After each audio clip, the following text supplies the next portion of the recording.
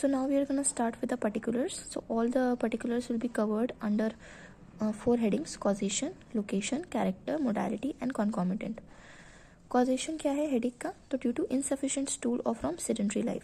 तो जब वो सेडेंट्री लाइफ गुजारेगा, बहुत ज़्यादा एक ही जगह बैठा रहेगा, कोई फिजिकल एक्टिविटी नहीं करेगा, तो डाइजेशन प्रॉपर नहीं होगा, तो उस वजह से इनसफिशिएंट स्टूल भी होगा, यानी कि वो स्टूल जो है वो जितना पास होना चाहिए उतना स्टूल पास नहीं होगा, कॉन्स्टिपेशन रहेगा और बॉडी में ये सारी चीज़ें ज़्यादा स्टोर रहेंगी, तो क्या होगा, हेडेक होगा उसकी वजह से. तो कॉजेशन क्या है? इनसफिशिएंट स्टूल और from sedentary life.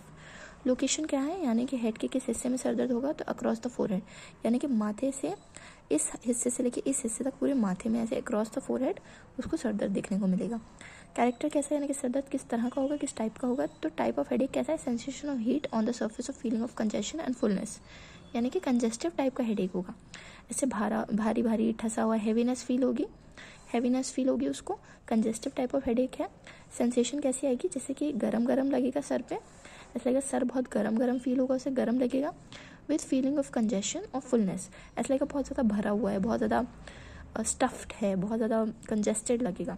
Aching pen होगा, यानी कि सर में बहुत ज़्यादा दर्द होगा. अबव द फोरहेड के ऊपर कैसा एकिंग पेन होगा. With heaviness of eyes and must close them, आंखें ऐसी भारी लगेंगी सर दर्द की वजह से, आंखें खुल नहीं पाएंगी. तो आंखों में हैवीनेस की वजह से वो क्या करेगा, आंखें बंद करके रखेगा. तो आंखें बंद करेगा हैवीनेस की वजह से, कंजेस्टिव हेडेक होगा. ये सारा कैरेक्टर है. मोडालिटी क्या है? Aggravation from every food step from heat and amelioration from cold application. तो हमें पता है कि ये हॉट पेशेंट है, तो सारी प्रॉब्लम्स कहाँ से होंगी? हॉट चीज़ों से होंगी, हीट से होंगी. तो एग्रेवेशन क्या है? एवरी फूड स्टेप, यानी कि हर एक कदम जो वो बढ़ाएगा. होता है ना, कभी कभी हम चलते हैं तो हम जहाँ जैसे आगे कदम रखते जाते हैं, हमारे एक कदम से हमारे सर में एक दर्द उठता है. हमारे हिलने से, हमारे पैर रखने से ज़मीन पे सर में ऐसे दर्द होता है, जैसे कि हमारा सर अंदर हिल रहा हो, बज रहा हो, उसमें बहुत थ्रोबिंग हो रही हो, एकिंग पेन जो होता है. तो एवरी फुट स्टेप, यानी हर एक कदम के साथ उसका सर दर्द बढ़ता जाएगा. या वो हीट में चला जाए, या किसी गर्म रूम में चला जाए, या धूप में चला जाए, तो उसका सर दर्द क्या होगा, बढ़ जाएगा. एम्लोरेशन यानी आराम किससे मिलेगा? तो कोल्ड एप्लीकेशन से, सर पे ठंडा पानी डालने से, ठंडी पट्टी रखने से, या फिर ठंडी हवा खाने से, या ठंड में बैठने से, एसी के सामने, कूलर के सामने बैठने से उसको आराम मिलेगा, एम्लोरेशन मिलेगा. कॉन्कॉमिटेंट मतलब हेडेक के साथ साथ और क्या प्रॉब्लम आएगी एलोसोकेट्रिना में? तो हेडेक के साथ ऑल्टरनेट्स विद लंबेगो. लंबेगो क्या होता है? हमारी कमर में जो दर्द होता है ना, पीछे पीठ में, कमर में जो दर्द होता है उसको हम कहते हैं लंबेगो. तो हेडेक ऑल्टरनेट्स विद लंबेगो, यानी कि जब हेडेक होगा फिर उसके थोड़ी बाद लंबेगो होगा, लंबेगो बाद फिर हेडेक होगा. इस तरह से ये ऑल्टरनेट होता रहेगा आपस में. Now we will start with the GIT symptoms, gastrointestinal symptoms. तो सबसे पहले हम देखेंगे डायरिया. इसमें अगेन हम देखेंगे कॉजेशन, यानी डायरिया का कॉजेशन क्या है. तो जब भी वो खाएगा या पिएगा कुछ भी, उसके बाद उसको डायरिया होने लगेगा. तो किसी भी चीज़ के खाने पीने के बाद अगर डायरिया शुरू हो जाता है तो हम एलोसोकेट्रिना के बारे में सोच सकते हैं. डायरिया का टाइम क्या होगा? अर्ली इन द मॉर्निंग, यानी कि सुबह अर्ली इन द मॉर्निंग में उसको डायरिया होगा. The patient has to hurry to the closet, driving out of the bed early in the morning. ये सिम्टम हमने सल्फर में भी देखा था. ये मेडिसिन सल्फर मैं अपने चैनल में पढ़ा चुकी हूँ, सो you can go and watch this video of sulphur. This is a very important medicine for your examination purpose. ये डायरेक्टली 20 मार्क्स के क्वेश्चन में सल्फर पूरी मेडिसिन आ जाती है, तो आप जाके मेरे चैनल पे सल्फर पढ़ सकते हैं. The patient has to hurry to the closet. ये सिमिलर सिम्टम है सोराइनम, ब्रोमैक्स और सल्फर का, और एलोसोकेट्रिना में भी. तो पेशेंट को क्या होता है, सुबह अर्ली इन द मॉर्निंग जैसे ही वो बेड से उठता है तो उसको इतनी तेज़ डिज़ायर होती है डिफिकेट करने की, इतना ज़्यादा ख़तरनाक उसको अर्ज होती है स्टूल पास करने की, कि वो एकदम उठते के साथ ही क्लोजेट के लिए भागता है, जैसे ही वो सुबह जल्दी सो के उठता है. ना इमीडिएटली आफ्टर ईटिंग और drinking with want of confidence और स्पिंस्टर, जैसे ही वो सुबह उठ के कुछ खाएगा या पिएगा, सुबह जैसे ही कुछ भी खाएगा पिएगा, तो वैसे उसको बहुत तेज़ अर्ज होगी स्टूल पास करने की, तो वैसे ही भागेगा क्लोजेट की तरफ, यानी कि वॉशरूम की तरफ. और क्या है? With want of confidence in sphincter, तो उसको किस चीज़ की वांट है, उसको क्या चाहिए कि उसको कंट्रोल आ जाए अपने स्पिंस्टर के ऊपर. तो ये बहुत ही कैरेक्टरिस्टिक सिम्टम है एलोसोकेट्रिना का. क्वांटिटी कैसी होगी डायरिया की? तो स्कैंटी स्टूल होगा, यानी कि स्कैंटी का क्या मतलब होता है? कम क्वांटिटी में, बहुत ही छोटी क्वांटिटी में स्टूल पास होगा. हमने इससे पहले पढ़ा था कि वो अनसेटिस्फाइड फील करता है. पढ़ा था हमने, माइंड में पढ़ा था कि उसको कैसा फील होता है? अनसेटिस्फाइड फील होता है. तो अनसेटिस्फाइड क्यों होता है वो? क्योंकि स्कैंटी स्टूल पास हो रहा है. उसको क्या लग रहा है कि उसको जिस तरह से जितनी क्वांटिटी में स्टूल पास होना चाहिए था उतना नहीं हुआ, तो उसको कैसा फील होगा? अनसेटिस्फाइड.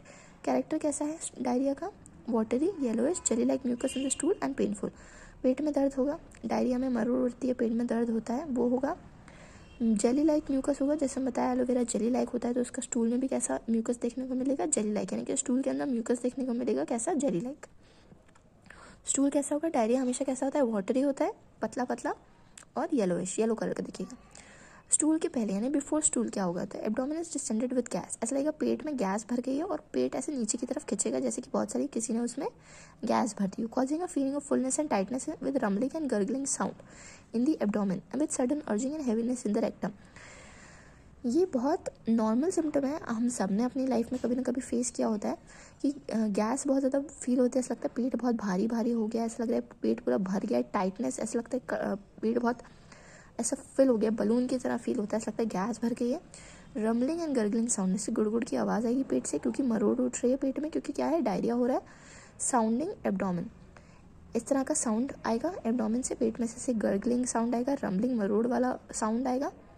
और सडन अर्ज, यानी कि उसके बाद एकदम से सडनली अर्ज होगी, बहुत तेज़ अर्ज होगी उसको, कहाँ, वॉशरूम जाने की, क्योंकि हैवीनेस लगेगी रेक्टम में, यानी कि सेंसेशन आएगा कि उसे डेफिकेट करना है। अब ड्यूरिंग स्टूल, यानी कि स्टूल पास करते वक्त क्या होगा, तो cutting gripping pain in right lower portion of abdomen, जो राइट साइड है, lower portion of right side of abdomen में उसको कैसा फील होगा, कटिंग एंड ग्रिपिंग पेन, ऐसे बहुत ही ज़्यादा जकड़ने वाला, बहुत ही ज़्यादा ऐसे काट देने वाला उसको पेन फील होगा लोअर राइट पोर्शन में एब्डोमेन के। एक्सक्रूशिएटिंग पेन, एक्सक्रूशिएटिंग क्या मतलब होता है, यहाँ पे ये मेटाफोरिक है।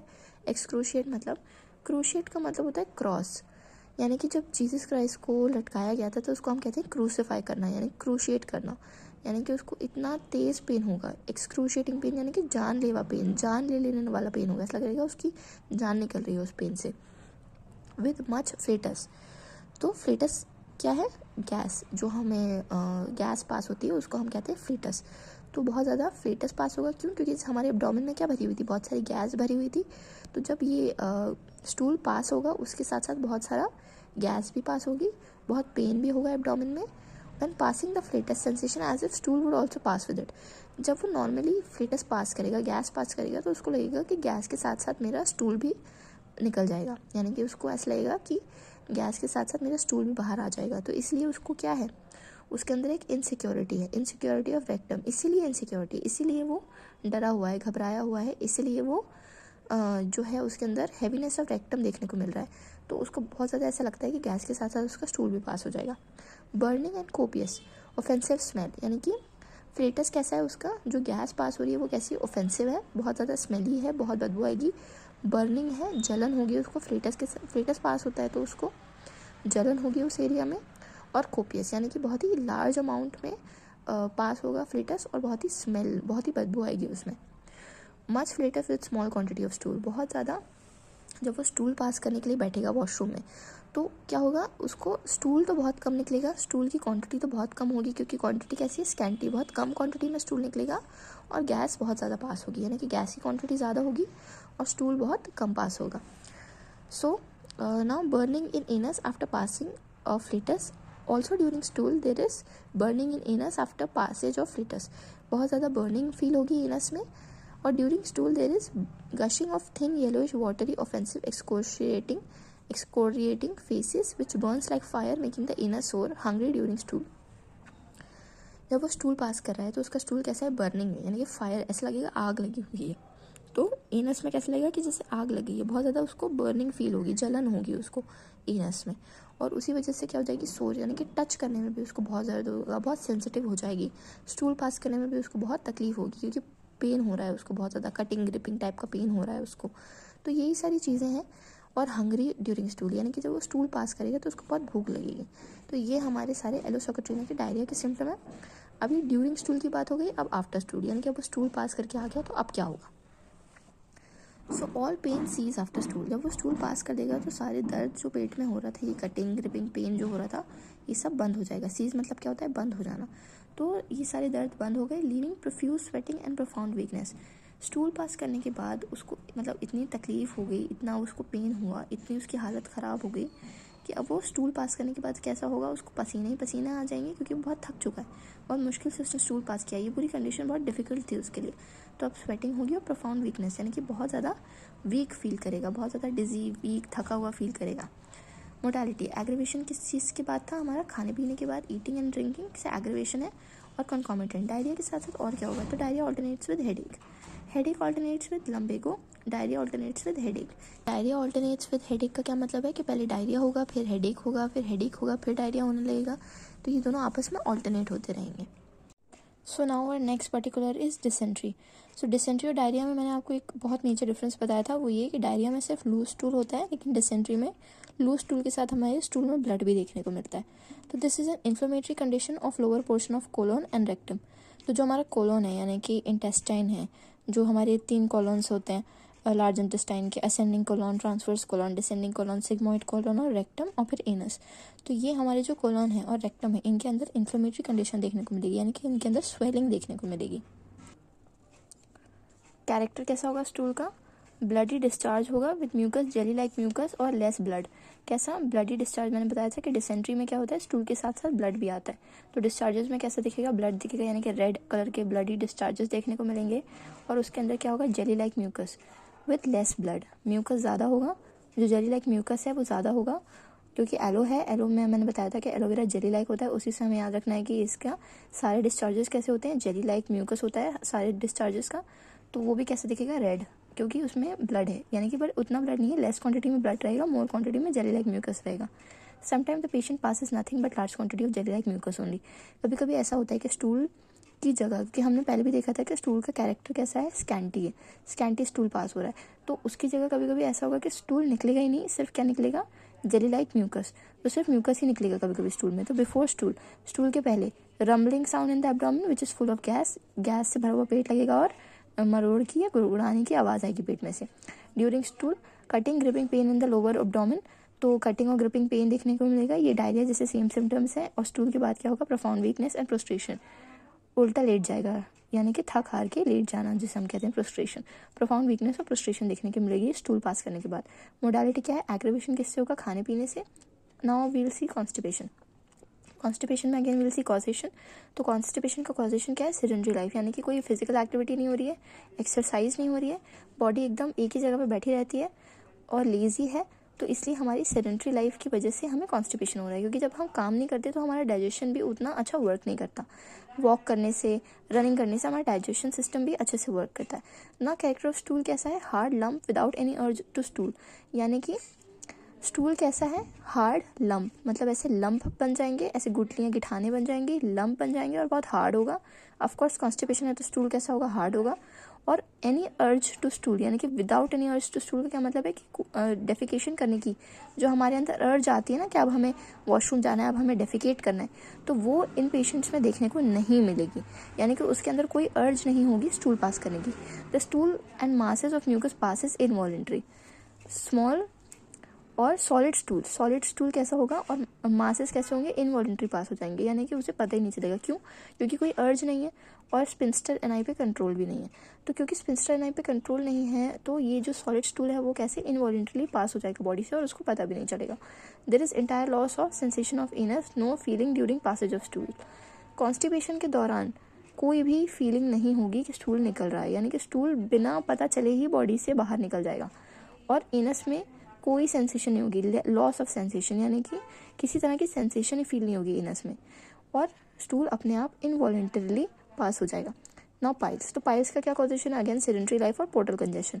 तो पोर्टल कंजेशन क्या होता है, हमारा वेनस सिस्टम जो होता है बॉडी का, उसका बहुत ही एक मेजर हिस्सा जो कि लिवर से एसोसिएटेड होता है, हेपेटिक पोर्टल सिस्टम। तो यहाँ जो पोर्टल कंजेशन है, यानी कि उस पोर्टल सिस्टम में कहीं ना कहीं ब्लॉकेज है, कहीं ना कहीं बहुत ज़्यादा प्रेशर है, तो उसकी वजह से क्या हो रहा है, कंजेशन है, फुलनेस की फीलिंग है। तो पोर्टल कंजेशन और सेडेंटरी लाइफ की वजह से पाइल्स देखने को मिलते हैं। और पाइल्स किस तरह के होते हैं, कैरेक्टर कैसा होता है, ब्लीडिंग पाइल्स, यानी कि 2 टाइप के पाइल्स होते हैं, एक ब्लाइंड होते हैं, एक ब्लीडिंग होते हैं। तो ब्लीडिंग पाइल्स हमें यहाँ पे देखने को मिलेंगे, यानी कि हेमोरॉइड्स में से ब्लीडिंग भी होगी।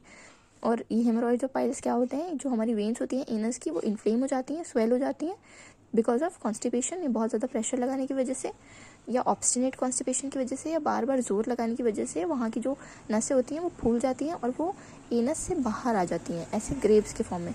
मैंने अपनी पिछली वीडियो में इस चीज़ को इलस्ट्रेट भी किया है with the image, so you can watch part 1 of एलोसोकोट्रीना।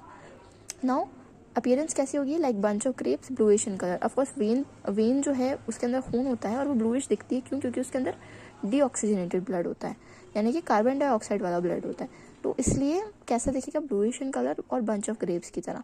Character of pen कैसा होगा, कैरेक्टर ऑफ पेन में हम देखेंगे कि constant bearing down pain in the rectum with intense etching and burning in anus, बहुत ज़्यादा इचिंग होगी, पाइल्स में बहुत इचिंग होगी, बर्निंग होगी इन एनस, और कॉन्स्टेंट बियरिंग डाउन, ऐसा लगेगा कि बहुत ज़्यादा वजन ऐसे कुछ लटका हुआ है, बहुत ज़्यादा पेन होगा। प्रिवेंटिंग स्लीप, इस दर्द की वजह से, इस इचिंग की वजह से, इस जलन की वजह से उसको नींद नहीं आएगी और वो सो नहीं पाएगा। वेरी मच टेंडर, टेंडर यानी कि बहुत सॉफ्ट, जैसे ग्रेप्स होते हैं ना सॉफ्ट, ऐसे टच करते हैं तो ऐसे दब जाते हैं, ऐसे सॉफ्ट सॉफ्ट होते हैं, तो उसी तरह से पाइल्स भी क्या होते हैं, सॉफ्ट होते हैं, टेंडर होते हैं। हॉट एंड सोर विद लूज स्टूल, हॉट रहेगा, बर्निंग है, हॉट रहेगा, हॉट सेंसेशन होगी, सोर रहेगा यानी कि पेनफुल ऑन टच, यानी कि it will be so painful that he won't be able to touch that part और wash that part or even apply anything to that part. So it will be very sensitive, it will be very painful, it will be very sensitive to touch with loose stool. तो stool कैसा रहेगा, loose. ये बहुत characteristic symptom है। हमेशा क्या होता है, कॉन्स्टिपेशन के दौरान पाइल्स होते हैं, लेकिन एलोसॉकोट्रीना के पेशेंट में लूज स्टूल के दौरान भी पाइल्स होते हैं। तो ये बहुत इंपॉर्टेंट है, ये बात याद रखना कि हमेशा जनरली पाइल्स होते हैं बहुत ज़्यादा ताकत लगाने से, बहुत ज़्यादा प्रेशर अप्लाई करने से, बहुत एब्डोमिनल प्रेशर अप्लाई करने से ड्यूरिंग कॉन्स्टिपेशन, और ये कॉन्स्टिपेटेड होता है, हार्ड होता है, इसलिए जब वो निकलता है तो ये जो हार्ड स्टूल की वजह से हमें पाइल्स देखने को मिलते हैं, वैसा एलोसॉकोट्रीना में उसका उल्टा है। क्या है कि लूज स्टूल के साथ हमें पाइल्स देखने को मिलते हैं। यही सेम सिम्टम आप इग्नेशिया में भी देखेंगे, जिसमें हर सिम्टम कॉन्ट्रोडिक्टरी होता है। खैर, सुना मोडालिटीज इज एग्रीवेशन, आम्लोरेशन। एग्रीवेशन किससे है, हीट से, किसी भी गर्म एप्लीकेशन से, क्योंकि ऑलरेडी हॉट और बर्निंग है, तो इसमें हम वापस से गर्म कोई चीज़ लगाएंगे या गर्माहट देंगे उस चीज़ को, तो और प्रॉब्लम बढ़ेगी। एम्लोरेशन किस चीज़ से, बाय कोल्ड एप्लीकेशन, यानी कि ठंडे पानी से उसको वॉश करेगा तो कैसा फील होगा, एम्लोरेशन फील होगा, आराम मिलेगा ना। जनरल मोडालिटीज, तो एग्रीवेशन, एम्लोरेशन। एग्रीवेशन यानी कि प्रॉब्लम किन किन चीज़ों से और कब कब बढ़ेगी, सुबह early in the morning, sedentary life की वजह से, हॉट ड्राई वेदर की वजह से, खाने पीने के बाद, खड़े रहने के बाद और वॉक करने के बाद। आराम किस किस चीज़ से मिलेगा, ठंडे पानी से, ठंडे वेदर से, डिस्चार्ज ऑफ फीटस और स्टूल से। मैंने आपको पहले बताया था कि स्टूल पास करने के बाद वो बहुत रिलैक्स और पेन भी उसका बंद हो जाता है, पेन सीज हो जाता है और बहुत रिलैक्स फील करता है और उसको प्रोस्ट्रेशन और वीकनेस हो जाती है, उसके बाद वो सो जाता है। तो डिस्चार्ज ऑफ फीटस और स्टूल से भी पास करने के बाद भी एम्लोरेशन मिलेगा। तो now we will see the relations. Complementary to sulphur, aloe socotrina sulphur की कॉम्प्लीमेंट्री है, यानी कि सल्फर का एक्शन कंप्लीट करेगी। It is antidoted by sulphur, sulphur के ऊपर अगर हम एलोसॉकोट्रीना देते हैं तो उसको कॉम्प्लीमेंट करेगी, यानी कि उसका एक्शन कंप्लीट करेगी। लेकिन अगर एलोसॉकोट्रीना के ऊपर सल्फर देते हैं तो उसको एंटीट्यूड करेगी, यानी कि एलोसॉकोट्रीना का एक्शन खत्म करेगी। Now it resembles sulfur in many symptoms and is equal importance. Sulfur is in chronic diseases with abdominal plethora. Sulphur में एब्डोमिनल प्लेथोरा देखने को मिलता है, यानी कि एब्डोमिन में बहुत ज़्यादा ब्लड का सर्कुलेशन, ब्लड का रश, ब्लड की फुलनेस देखने को मिलती है। वहीं सल्फर क्रॉनिक डिजीजेज में है। तो जब भी इस तरह के सिम्टम्स, डायरिया, डिसेंट्री, ये सब एक्यूट स्टेट में देखने को मिलेगा, यानी कि कम टाइम पीरियड के लिए नया ताज़ा पेशेंट को हुआ है, तो हम एलोसॉकोट्रीना देंगे। लेकिन वहीं जब ये सिम्टम्स और ये बीमारी बहुत पुरानी हो चुकी है, बहुत लंबे टाइम से चली आ रही है, ठीक ही नहीं हो रही है, बहुत सालों गुजर चुके हैं, क्रॉनिक बन चुकी है, तो हम सल्फर देंगे ऐसे केसेस में। So here I am ending this video. I hope you like my video. Do like, share and subscribe to my channel for more such videos.